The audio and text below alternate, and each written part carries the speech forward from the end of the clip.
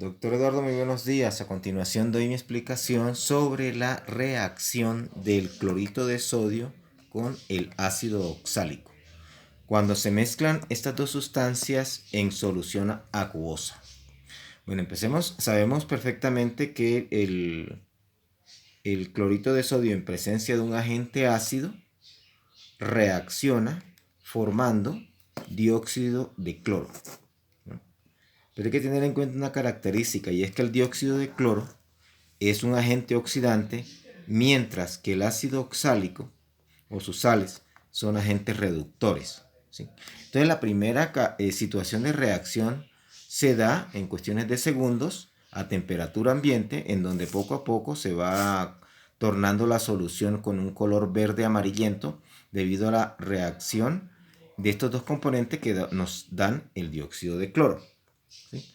Y en este caso, al interactuar estas dos sustancias, se nos produce oxalato de sodio, dióxido de cloro, dióxido de carbono y agua. Y en algunos casos, trazas de cloro, que es lo que se produce en algunos casos. Pero si la reacción se hace lentamente, casi que toda la reacción se va a la producción de dióxido de cloro y teniendo como subproductos al oxalato de sodio, dióxido de carbono y agua. Esta es la primera síntesis. Si no se separa el dióxido de cloro, lo que va a suceder con el tiempo es que por la presencia de que este es un agente oxidante con un agente reductor, nos va a llevar a que poco a poco la solución va perdiendo color porque se va a transformar en cloruro. Es decir, en el ion cloruro, que en este caso sería NaCl, que sería la sal común. Sal común. Es la sal común, ¿sí? El dióxido de cloro terminaría transformándose en dióxido de cloro. El ácido oxálico se va a transformar en dióxido de carbono y agua. Esa es la reacción que se va a llevar a cabo. La cloración del ácido oxálico para formar un órgano o un compuesto clorado es muy escasa en estas condiciones de reacción, ¿sí? Lo recomendable es pues, que se utilice agua purificada para que no haya presencia de metales que puedan en un momento dado propiciar reacciones de halogenación, pero estas reacciones de halogenación para formar, por ejemplo, organoclorados como veamos acá, son muy escasas, casi que despreciables, puede decirse, porque se requieren otros agentes metaloides para que se rompa este doble enlace carbono-oxígeno y entre a entrar un cloro acá.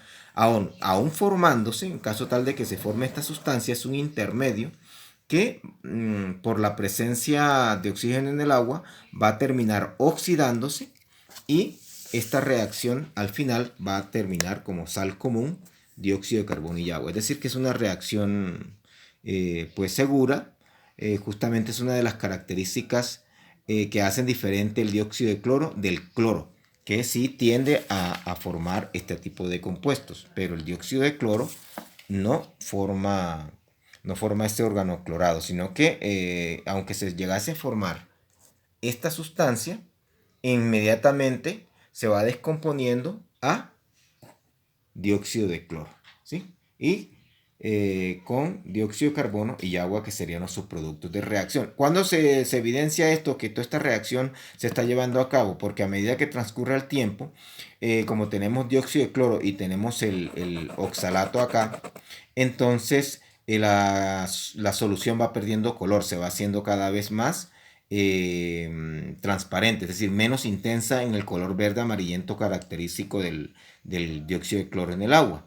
Entonces, y si se expone al sol, aún se acelera más esta reacción, transformándose toda en cloruro de sodio. O sea, el dióxido de cloro va a terminar formando cloruro de sodio con el tiempo, más dióxido de carbono y agua. ¿Cómo se evidencia? Porque esta solución, que antes era amarilla o amarilla verdosa, va a ponerse transparente. acá transparente. Se hace transparente. Entonces, esta es la ruta de la síntesis. El dióxido de cloro en presencia de ácido oxálico forma, el clorito de sodio en presencia del ácido oxálico va a producir dióxido de cloro, dando una tonalidad amarilla verdosa a la solución. Y como subproductos, en ese momento se va a formar oxalato de sodio, dióxido de carbono y agua. Si este dióxido de cloro no se separa de esta solución, entonces la reacción con el tiempo va a continuar, sobre todo si hay exposición a la luz, y va a llevar a que se traduzca en la producción de cloruro de sodio, dióxido de carbono y agua, y se va a tornar transparente, que es lo que sucede con el tiempo al no separarla. ¿Ya? Por esa es la razón por la que sí. Compuestos intermedios que pudiesen formarse, como este órgano clorado, que es el 1,2 de dicloro,